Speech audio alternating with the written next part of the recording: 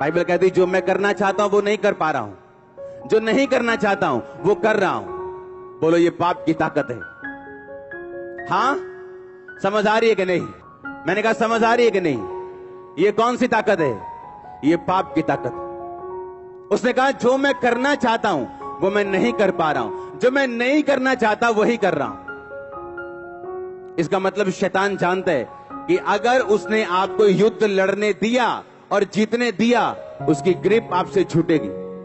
उसके सिम्टम्स, उसके दी हुई सारे बोरिया बिस्तरे जो आपको दिए हैं, जब आते हैं ना, जब रिश्तेदार आते हैं तो सामान लेके आते हैं, साथ कपड़े लेके आते कि नहीं आते?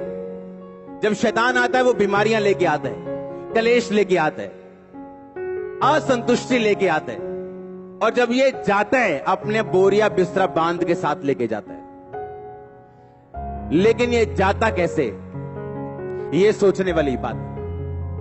बाइबल कहती जब दाऊद लड़ा या कोई भी परमेश्वर का दास लड़ा पुराने नियम में तो उसको आशीष मिली। अब नए नियम में परमेश्वर कहता अब तुम्हारी लड़ाई जो है वो शरीर के साथ नहीं, किसी मिशन के साथ नहीं, किसी संगठन के साथ नहीं है जो तुम्हारा विरोध करता है। तुम्हारी लड़ाई अब शैतान के साथ है। और जब आप शैतान से लड़ेंगे तब तक आप जीतेंगे और तब तक ब्लेसिंग्स आपको फॉलो करेंगे। आपकी लाइफ की कुछ आशीषें ऐसी हैं, अगर आप पाप छोड़ दें, सर्टन टाइप की आशीष आपकी लाइफ में बिना प्रेयर के आ जाएगी जब आप अपने शरीर पर फतह पालेंगे। परमेश्वर ने कहा, जब चेलों ने पूछा हम ये दुष्ट आत्मा क्यों नहीं निकाल सके, हम ये हीलिंग क्यों नहीं कर सके, उसने कहा ये हीलिंग वही कर सकते हैं जो प्रार्थना और उपवास में रहते हैं। क्योंकि जब आप प्रेयर में और उपवास में रहेंगे आप अपने शरीर पर काबू कर लेंगे। मैंने लोगों को देखा जो वो नहीं करना चाहते वो करते हैं, जो वो करना चाहते वो कर नहीं पाते। दिल करता है सेवा करने का, कर नहीं पाते क्योंकि उनके ऊपर सिन की पावर है, पाप की पावर ने उन पे कब्जा की है। और पाप की पावर को तोड़ने के लिए आपको फास्टिंग करनी पड़ती है, आपको प्रेयर करनी पड़ती है, आपको और फास्टिंग और प्रेयर और फास्टिंग और प्रेयर, जब तक आप उस पाप पर कब्जा नहीं कर लेते और उसे हरा नहीं देते। और उसके बाद जीत श्योर है जो परमेश्वर ने आपके लिए रखी हुई है। अगर आमीन ऊंचा, ये आशीष आपकी ही। हालेलुया, जोर से बोलो हालेलुया, जोर से ऊंची आवाज में बोलो हालेलुया। आज सिन पावर आपकी लाइफ से टूटने वाली है और यीशु मसीह के नाम में आप रिलीज होने वाले हो,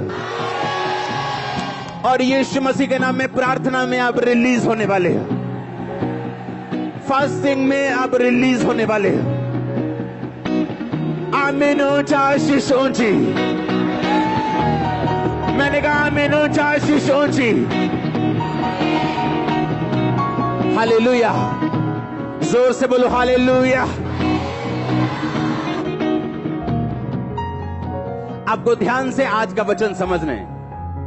अगर आप लड़ेंगे नहीं आप जीतेंगे नहीं, और अगर आप लड़ना चाहते हो आपको आपके पाप से और शरीर के कामों से आजाद होना पड़ेगा। आमीन। जब आप अपनी बुलाहट के अनुसार लड़ेंगे,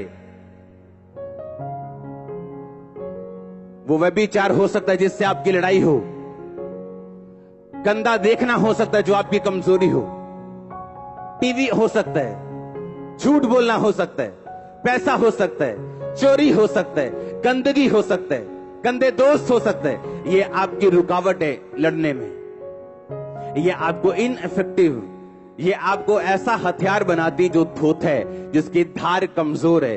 और जब धार कमजोर होगी पेड़ कटने में टाइम लगेगा, जोर ज्यादा लगेगा। जो काम दूसरा बंदा आराम से कर रहा है वो आपको हैवी लगेगा। आप कुछ पापों के ऊपर फतह पा लेंगे, परमेश्वर कुछ ब्लेसिंग्स, चर्च ग्रोथ, ऐसी चीजें जो लोग मांगते मिलती नहीं, आपकी लाइफ में रिलीज करता है उनको। वो फाइनेंशियल ब्लेसिंग हो, वो कोई भी ब्लेसिंग क्यों ना हो, जब जब आप परमेश्वर की ओर बढ़ेंगे और अपने पाप के ऊपर फतह पाएंगे, वो आपकी लाइफ में आने वाली हैं। कुछ ब्लेसिंग्स ऐसी हैं, जब तक आप अपने पापों के ऊपर फतह नहीं पाते, वो आपकी लाइफ में एंटर नहीं करती। हालेलुया। जो सिन पावर है वो आपको एक्चुअल में रोकती है अगले लेवल पे जाने से। वो फाइनेंस का हो, लाइफ का हो, शांति का हो। आपके परिवार में कुछ कलेश ऐसे हैं, जब तक आप नहीं सुधरेंगे वो कभी नहीं जाएंगे। आपके फैमिली के कुछ ट्रबल ऐसे हैं, जब तक आप नहीं सुधरेंगे, आप लाख समझा के देख लो, बूढ़े बुजुर्ग समझा के देख लो, वो नहीं जाएंगे। क्योंकि ये साबित करती हैं चीजें कि हम एक लड़ाई में हैं, और ये लड़ाई आत्मिक है। हालेलुया। शैतान खराब करना चाहता है लोगों को, वो मारना चाहता है। बाइबल कहती है वो घात करने आया, नष्ट करने आया, इसलिए वो उसने बच्चे को पकड़ा, रबीज दी। अब वो पागल हो चुका है, कुत्तों की तरह बोलता है, कुत्तों की तरह करता है, पानी से डरता है। परमेश्वर कहता मैं आया कि तुम बहुतायत का जीवन पाओ। क्रूसेड अटेंड करते हैं, दुष्ट आत्मा जाती, घर जाता है बिल्कुल हील। एक दिन चेक करते हैं, 2 दिन चेक करते हैं, क्रूसेड पे गवाही देते हैं। आज 6 महीने बाद फिर गवाही देने आए।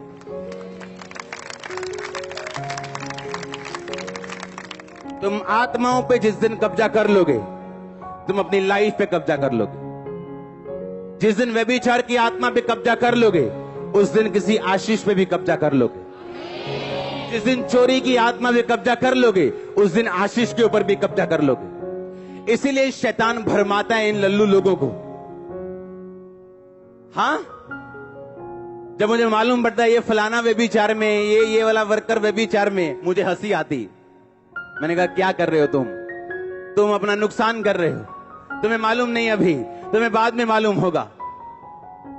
बाइबल कहती ऐसा नहीं हो सकता कि तुम अपने छाती पे अंगारे रख लो और तुम जलो ना। इसका परिणाम नाक दोना सा कड़वा होगा। और बाइबल कहती व्यभिचारी बंदे की बेइज्जती जब तक वो धरती पे जिएगा कभी मिटेगी नहीं।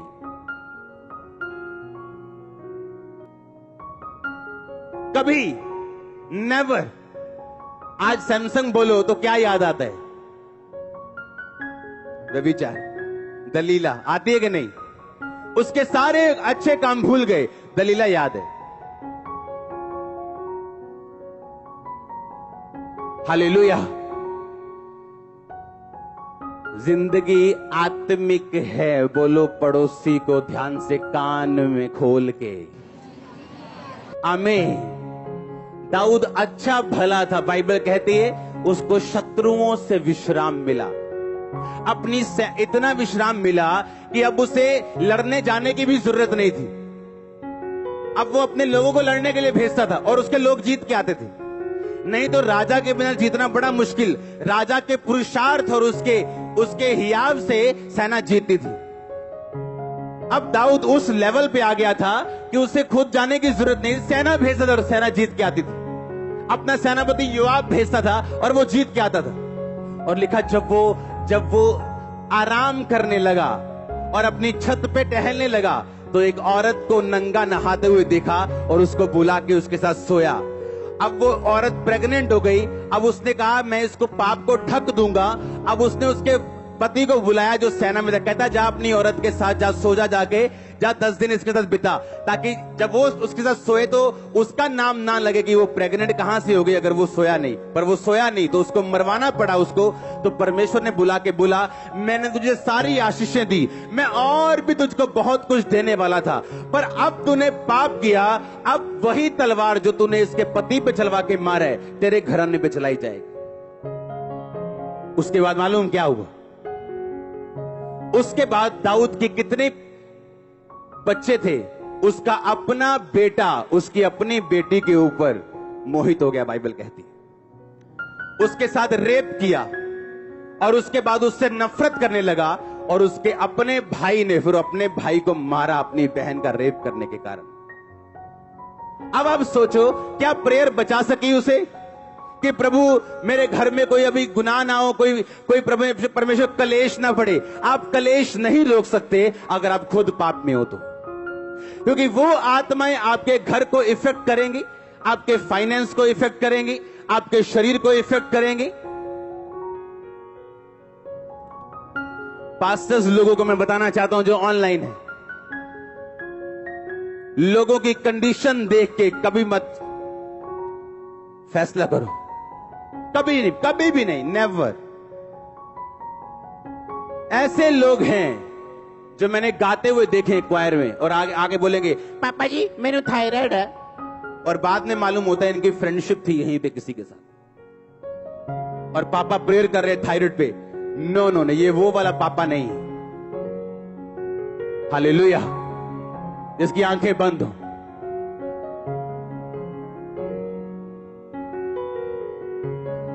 लोगों के ऊपर लगता है ए पापा को गुस्सा क्यों आता है इन लोगों के ऊपर। उनकी प्रॉब्लम कैरेक्टर है जो मेरे साथ क्लैश होता है फिर। आमीन। प्रॉब्लम काम नहीं है, कैरेक्टर है। जब एक बुरे कैरेक्टर वाला बंदा आपके आसपास काम करेगा, आपकी स्पिरिट बेचैन होगी, आपको मालूम है कुछ रॉन्ग हो रहा है, जो मैं चाहता हूं वो हो नहीं रहा। क्योंकि कमिटेड लोग चाहिए मिनिस्ट्री में, सेवा में, प्रभु के कामों के लिए, निर्दोषता में जिन्होंने हाथ धोए हों, जिनके काम निर्दोष और हृदय शुद्ध हो, लेकिन वही परमेश्वर को देख पाएगा। आमीन। और अब बाइबल कहती है जिस भाई ने अपने भाई को मारा, फिर वो अपने बाप के खिलाफ खड़ा हो गया। ओ उधर चर्च के गेट साइड पे खड़ा हो गया कहीं, और सबको बोलने लगा यार पापा तो मिलते ही नहीं किसी नू, मैं तो केस करूंगा सॉल्व। और लिखा अबशालोम ने ऐसा बोल बोल के सबको अपनी ओर कर लिया। दाऊद को वहां से भागना पड़ा। कारण विरोध नहीं था, कारण यह था दाऊद ये बात जानता था, इसलिए उसने परमेश्वर के सामने कंप्लेंट भी नहीं की मेरे साथ ऐसा क्यों हो रहा है, क्योंकि उसको पहले से बताया गया था तेरे इस पाप के कारण तुझे ये भोगना पड़ेगा। तो माफ तो हो चुका है, लेकिन माफी का मतलब यह नहीं है कि तू 100वीं पौड़ी से गिरे, माफी मांगे, माफ कर दिया जाएगा, लेकिन 100वीं पौड़ी पे दोबारा तुम्हें रखा नहीं जाएगा, तुझे फिर 1 2 3 से शुरू करना पड़ेगा। और जब तक उसके पाप का कोर्स, उसकी सजा का पूरा नहीं हुआ, वो वापिस यरूशलेम को नहीं आया। नंगे पांव पहाड़ों पे जाता रहा, नंगे पांव उसी तरह जैसे बचपन जवानी में नंगे पांव घूमता था, वैसे ही कर दिया गया शैतान के चक्कर में फंस के।